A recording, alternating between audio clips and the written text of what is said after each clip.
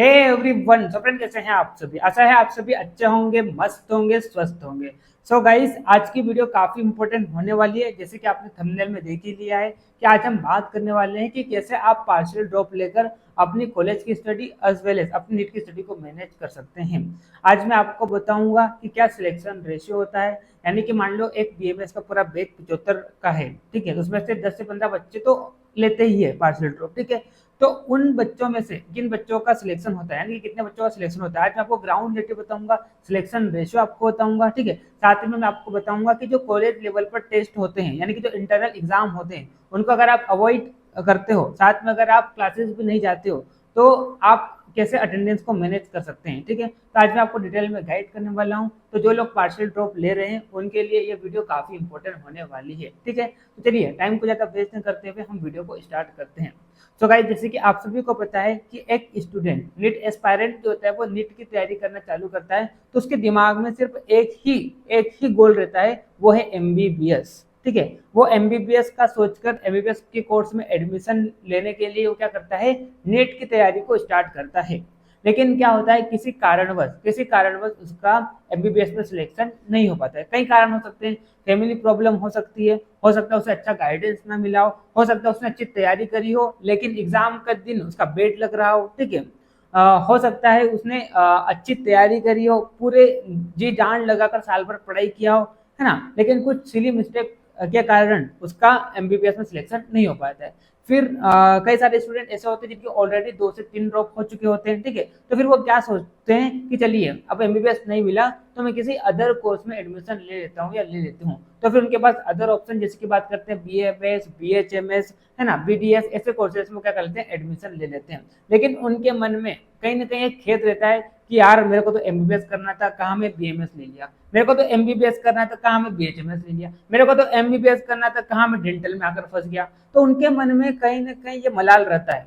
तो फिर वो क्या करते हैं, वो पार्शियल ड्रॉप लेने की सोचते हैं, ठीक है। लेकिन पार्शियल ड्रॉप में क्या होता है, कई सारी दिक्कतें होती है। जैसे कि आप सभी को पता है कि अभी काउंसलिंग गोइंग ऑन है, लेकिन 8 से 10 दिन में कई सारे कॉलेजेस स्टार्ट हो जाएंगे, ठीक है। और आपकी जो नीट की एग्जाम वो कब है, मई में होने वाली है 2025 में। तो यहाँ पर फिर काफी ज्यादा टाइम है ना, काफी ज्यादा टाइम है। इस दौरान आपकी क्लासेस भी लगेगी, इस दौरान आपके इंटरनल टेस्ट भी होंगे। तो फिर स्टूडेंट्स के मन में कई सारे ये सवाल होते हैं कि मैं कैसे कॉलेज की स्टडी को मैनेज करूंगी, ठीक है, या करूंगा, कैसे मैं इंटरनल एग्जाम्स को मैनेज करूंगी या करूंगा। अगर मैं इंटरनल एग्जाम को छोड़ देती हूँ या छोड़ देता हूँ तो आगे इसका क्या इफेक्ट होगा, ठीक है। तो ऐसे कई सारे सवाल होते हैं। तो आज मैं आपके सारे डाउट्स को लूंगा और आपके जितने भी डाउट है सारे आपके क्लियर हो जाएंगे, ठीक है। तो चलिए सबसे पहले तो मैं आपको एक चीज बता दूं कि अगर आपको 101% कॉन्फिडेंस है, अगर मेरे आपको क्या है 101% कॉन्फिडेंस कि अगले साल में नीट 2025 की एग्जाम दूंगी और एमबीबीएस सिलेक्शन लेके ले मतलब एमबीबीएस में अपनी सीट को सिक्योर कर लूंगा या कर लूंगी, तो अगर आपको 101% अपने आप पर भरोसा है तो मैं तो आपको ये बोलूंगा कि आप बिल्कुल भी क्लासेस मत आइए। यानी कि जब भी आपके कॉलेजेस स्टार्ट होंगे, ठीक है, शुरुआत में आ जाइए आप 10, 15, 20 दिन या 1 महीने तक अपने कॉलेज को जान लीजिए, अपने सीनियर को जान लीजिए, अपने टीचर को जान लीजिए, ठीक है। उसके बाद आप क्या कीजिए, कॉलेज में जाना स्किप कर दीजिए, ठीक है। अगर आपको भरोसा है, फिर इस चीज को आप नोट डाउन कर लीजिए, अगर आपको 101% आपके ऊपर भरोसा है कि मैं इस साल एमबीबीएस में एडमिशन ले लूंगा या ले लूंगी, पिछले साल कुछ कारणवश कुछ सिली मिस्टेक के कारण मैं बाउंड्री पर रह गया, लेकिन इस साल मेरे को पूरा भरोसा है कि मैं सारी सिली मिस्टेक्स को अवॉइड करूंगा, जितनी भी प्रॉब्लम्स उनको अवॉइड करूंगा और अगले साल में नीट में अपनी एमबीबीएस की सीट को सिक्योर कर लूंगा या कर लूंगी, ठीक है। तो जिसको इतना कॉन्फिडेंस है तो मैं तो आपको यही बोलूंगा कि आप बिल्कुल भी क्लासेस मत आइए, ठीक है। आप कॉलेज आपको जाना ही नहीं है, आप अपने घर पर रहिए, ठीक है। या अगर आपको किसी कोचिंग को ज्वाइन करना है, एलएन वगैरह कुछ भी है, तो आप उसको ज्वाइन कर लीजिए और अपने नीट पर फोकस कीजिए। आप ये सोचिए मत कि मैंने एडमिशन ले रखा है कॉलेज में, आप बिंदास वहां पर पढ़िए, कुछ नहीं होगा। अगर आपको 101% कॉन्फिडेंस है तो आप तो सीट को छोड़ ही दोगे, ठीक है। तो मैं उन स्टूडेंट्स के लिए बोल रहा हूँ जो 101% जिनको पूरा कॉन्फिडेंस है कि मैं अगले साल क्या कर लूंगा, एमबीबीएस में एडमिशन ले लूंगा या ले लूंगी, ठीक है। तो आप फिर क्या करना, एग्जाम दो नीट की, अच्छे नंबर लाओ, इधर बॉन्ड दो और अपना सपना जो है उसको आप हासिल कर लो, ठीक है। तो ये कैटेगरी के स्टूडेंट हो गए। अब दूसरी वो कैटेगरी के स्टूडेंट है जिनको थोड़ा डाउट है कि अरे यार मेरा सिलेक्शन होगा या नहीं होगा, तो आपको फिर वो कैसे मैनेज करना है। तो देखिए, मैं आपको ये सजेशन देना चाहूंगा कि आप शुरुआत में तो आइए, 15-20 दिन आइए, ठीक है, कॉलेज को जान लीजिए, सीनियर को जान लीजिए, अपने टीचर को जान लीजिए, ठीक है। उसके बाद आप क्या कीजिए, महीने में 10 से 15 दिन कॉलेज आइए, 10 से 15 दिन आप कॉलेज को स्किप कर सकते हैं। या तो आप ऐसा कर सकते हैं कि हफ्ते में 3 दिन आओ, 3 दिन मत आओ, और पूरा फोकस किस पे रखो, अपनी नीट की स्टडी पर रखो, ठीक है। इससे क्या होगा कि आपकी नीट की तैयारी भी चल रही है, साथ में आपका कॉलेज भी मैनेज हो रहा है ना। अटेंडेंस इतनी भी शॉर्ट नहीं होगी, अगर आप हफ्ते में 3 दिन जाओगे, 3 दिन नहीं जाओगे, तो अटेंडेंस इतनी शॉर्ट नहीं होगी। साथ में जो कॉलेज के इंटरनल एग्जाम होते हैं, तो वो तो 4-5 दिन में खत्म हो जाएंगे, तो आप उनको भी दे दो, ठीक है। मतलब शुरुआत के 4-5 महीने तो आप क्या करो, कॉलेज को भी मैनेज करो और साथ में आपकी नीट की स्टडी को भी मैनेज करो। लेकिन ज्यादा किस पर फोकस करो, आप नीट की स्टडी पर। अगर आपको लगता है कि मैं 15 दिन पे अगर कॉलेज जा रहा हूँ या जा रही हूँ तो मेरी नीट की स्टडी पर अफेक्ट पड़ रहा है, तो आप उसको भी थोड़ा और कम कर दीजिए, मतलब कॉलेज जाना और भी कम कर दीजिए, ठीक है। यानी कि जब तक आपकी नीट की एग्जाम नहीं हो जाती है, तब तक आप क्या करो, कम कॉलेज जाओ और ज्यादा फोकस किस पर रखो, आपकी नीट की स्टडी पर रखो, ठीक है। अब कॉलेज में क्या होता है, कई सारी चीजें सीनियर्स की भी होती है। सीनियर आपको फोर्स करेगा कि ग्राउंड पर आइए, रूम पर आइए, रैगिंग दीजिए, ये वो ऐसा वैसा सब कुछ, तो उसको भी आप पूरा स्किप कर देना, ठीक है। सीनियर को बोल देना कि सर मेरी एग्जाम है, नीट की एग्जाम की मैं तैयारी कर रहा हूँ या कर रही हूँ, तो मैं ये फालतू कोई चीज़ नहीं कर पाऊंगी, ठीक है। जैसे मेरा एग्जाम हो जाएगा तो आप जैसा बोलेंगे सारी चीज़ मैं करूंगा या करूंगी, ठीक है। लेकिन शुरुआत में आप सीनियर की बातों को भी मत मानिए, ठीक है। साथ में टीचर को बता दीजिए कि टीचर में आपके जो भी टीचर होंगे कॉलेज के, तो उनको बता देना कि मैं कम ही कॉलेज आऊंगा या आऊंगी, क्योंकि मैं नीट की एग्जाम की तैयारी कर रहा हूँ या कर रही हूँ, ठीक है। ज़्यादा फोकस आपका किस पर रहना चाहिए, नीट की स्टडी पर रहना चाहिए, ठीक है।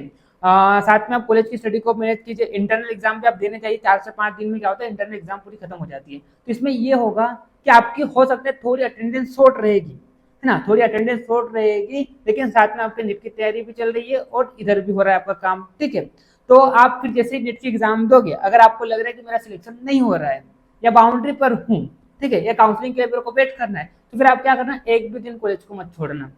डेली आप कॉलेज जाओ, आपकी अटेंडेंस मैनेज हो जाएगी। 75% अटेंडेंस नेसेसरी होती है बीएमएस फर्स्ट ईयर में, तभी आपको एग्जाम देने को मिलता है, बीएमएस फर्स्ट ऑफ जो यूनिवर्सिटी एग्जाम होती है, तो आराम से आपकी मैनेज हो जाएगी, ठीक है। अब सवाल ये उठता है कि सर कितना सिलेक्शन रेशियो होता है, तो आपको मैं बता दूं, मैं रियलिटी आपको बता रहा हूँ, मैं अपने बैच की रियलिटी आपको बता रहा हूँ। मेरा बैच में करीबन 75 स्टूडेंट्स थे, तो उसमें से 15 से 20 स्टूडेंट ऐसे थे जिन्होंने पार्शियल ड्रॉप लिया था। तो उसमें से मात्र 4 से 5 स्टूडेंट का सिलेक्शन हुआ था। उसमें भी 2 स्टूडेंट्स का गवर्नमेंट में हुआ था, 3 स्टूडेंट्स का प्राइवेट में हुआ था। अब एमपी में क्या होता है, एमपी में तो गवर्नमेंट क्या कर देती है, प्राइवेट कॉलेज में भी स्कॉलरशिप दे देती है, इसीलिए वो 3 लोगों ने भी प्राइवेट में एडमिशन लेने की हिम्मत रखी। लेकिन यहाँ पर सिलेक्शन सिर्फ और सिर्फ गवर्नमेंट में सिर्फ 2 लोगों का हुआ था। तो आप देखिए यहाँ पर सिलेक्शन रेशियो बहुत कम है पार्शियल ड्रॉप लेकर, क्योंकि जब आप क्या करते हैं, किसी एक कोर्स में लग जाते हैं, तो फिर आपको उसको भी मैनेज करना होता है, ठीक है, उसके लिए भी आपको टेंशन होती है, साथ में आपको नीट की स्टडी को मैनेज करना होता है। कॉलेज में कई सारे फंक्शंस होते हैं, है ना। कॉलेज में जाता है तो स्टूडेंट क्या होता है, डिस्ट्रैक्ट हो जाता है। आप जाओगे आपको पता चलेगा कैसा डिस्ट्रैक्शन होता है, ठीक है। तो कॉलेज में थोड़ा डिस्ट्रैक्शन भी हो जाता है, सीनियर जूनियर वाली चीज भी होती है, कई सारे फंक्शंस भी होते हैं, कई सारे स्पोर्ट्स भी होती है, तो स्टूडेंट्स का मन क्या होता है, भटक जाता है, ठीक है। स्टूडेंट ऑलरेडी 2 से 3 साल तक क्या कर रहा है, लगातार नीट की तैयारी कर रहा है, उसका मन पूरा मतलब होचपोच हो जाता है ना। वो ज्यादा इंजॉय भी नहीं करता है। तो जैसे वो कॉलेज में जाता है तो उसको ये सारी चीजें मिलती है, तो उसको अच्छा लगता है, तो वो क्या करते हैं, उन चीजों में भी इन्वॉल्व होता है। मेरे बैच की अगर मैं बात करूं, तो जो नीट की तैयारी कर रहे थे पार्शियल ड्रॉप लेकर, तो वो नीट की तैयारी पर तो कम, लेकिन कॉलेज की चीजों पर ज्यादा ध्यान देते थे। भले वो क्लास नहीं आएंगे, लेकिन कॉलेज के सारे फंक्शन को अटेंड करेंगे, स्पोर्ट्स में आएंगे, ठीक है, सीनियर जूनियर वाली चीज भी करेंगे, और बाकी जो चीज होती है आपको पता है, ये एज ही ऐसी है, ठीक है, तो वो चीज भी करते थे, ठीक है। तो मैं आपको बता दूं कि अगर आपको उस 1% सिलेक्शन रेशियो में आना है, तो आपको कॉलेज की सारी चीजों को चुनना पड़ेगा, इवन आपको क्लासेस भी चुनना पड़ेगा, ठीक है। और आपको 101% फोकस किधर रखना होगा, आपके नीट की स्टडी पर रखना होगा, तभी आपका सिलेक्शन होगा, ठीक है। अगर आपका सपना बड़ा स्ट्रॉन्ग है, अगर आपको लगता है कि मेरे को नीट एमबीबीएस में एडमिशन लेना ही है नीट 2025 में, तो आप फिर कॉलेज की चीजों पर ध्यान नहीं देंगे और अपनी नीट की तैयारी पर ध्यान देंगे। और कई सारे स्टूडेंट ऐसे करते भी और उनका सिलेक्शन हो भी जाता है। लेकिन कई सारे स्टूडेंट जो दोनों तरफ ऐसा रहता है ना कि अगर आप दो नावों में चढ़ोगे तो डूबोगे ही आप। ठीक है, तो या तो आप नीट की तैयारी को अच्छे से कीजिए या आप कॉलेज की चीजों को अच्छे से कीजिए। कई सारे स्टूडेंट ना इसको मैनेज कर पाते हैं ना इसको मैनेज कर पाते हैं, और फिर एट द एंड जब उनका नेट का रिजल्ट आता है तो फिर उनका सिलेक्शन नहीं होता है, तो फिर बीएमएस में भी पीछे हो जाते हैं और इधर तो पीछे हो ही गए। ठीक है, तो आपको क्या करना है, मैंने यहाँ पर आपको दोनों चीज बता दी है। एक तो वो कि जिसको 100% कॉन्फिडेंस है तो आप बिल्कुल कॉलेज की चीजों को, सारी चीजों को छोड़ दीजिए, क्लासेस को भी छोड़ दीजिए, सब मैनेज हो जाएगा। अगर मान लो 1% अगर मान लो आपको सिलेक्शन नहीं भी होता है, 6 महीने बाद आप क्या करना, 18 मंथ का प्रूफ होता है फर्स्ट ईयर का, तो 6 महीने तक अगर आप क्लासेस नहीं भी आए तो 12 महीने डेली आप क्लासेस जाओ, आराम से 60% आपकी मैनेज हो जाएगी, 60 से 65। और 60-65% अगर आपकी अटेंडेंस होती है, टीचर को आप दिख जाते हैं, अच्छा पढ़ाई करते हैं, तो आपको 10% अपने आप दे देता है टीचर। ठीक है, तो उसकी आप टेंशन मत लीजिए अटेंडेंस की। और इंटरनल एग्जाम की बात करते हैं तो उसका भी इतना ज्यादा स्कोर पर इफेक्ट नहीं पड़ेगा। मैंने कल वीडियो बनाई थी बीएमएस फर्स्ट ईयर में कौन कौन से सब्जेक्ट पढ़ना होता है, मार्क्स डिस्ट्रीब्यूशन, एग्जाम पैटर्न, तो वहां पर मैंने आपको बताया था कि इंटरनल एग्जाम का कितना महत्व है। ठीक है, तो आप उस वीडियो को देख लेना। ठीक है, तो उसका भी आपको इतना ज्यादा इफेक्ट नहीं पड़ेगा। और दूसरे वो स्टूडेंट जिनको थोड़ा डाउट है तो आप कॉलेज की चीजों को भी मैनेज कीजिए और नीट की स्टडी को भी मैनेज कीजिए, लेकिन ज्यादा फोकस किस पे रखिए, नीट की स्टडी पर रखिए। कॉलेज में जो फंक्शन होते हैं इनको आप अवॉइड कीजिए, सीनियर जूनियर वाली चीज होती है इसको आप अवॉइड कीजिए, और अपनी जो एज की जो चीज है उसको भी आप अवॉइड कीजिए। ठीक है, थोड़े बहुत दिन क्लासेस जाइए, है ना कुछ दिन जाइए कुछ दिन मत जाइए, लेकिन अपना पूरा फोकस जो किस पे रखिए, आपकी नीट की एग्जाम पर रखिए। ठीक है, तो आई होप आप सभी को समझ में आ गया होगा मैं क्या बता रहा हूँ। ठीक है, तो इस तरह से ये वीडियो थी। कई सारे स्टूडेंट्स के मेरे पास कमेंट्स आए थे कि सर आप इस टॉपिक पर भी वीडियो बना दीजिए, तो मैंने आपको गाइड कर दिया है। आई होप आप सभी को सारी चीज समझ में आ गई होगी मैं क्या बोलना चाह रहा हूँ। ठीक है, चलिए मिलते हैं नेक्स्ट लेक्चर में, तब तक के लिए okay bye, see you again.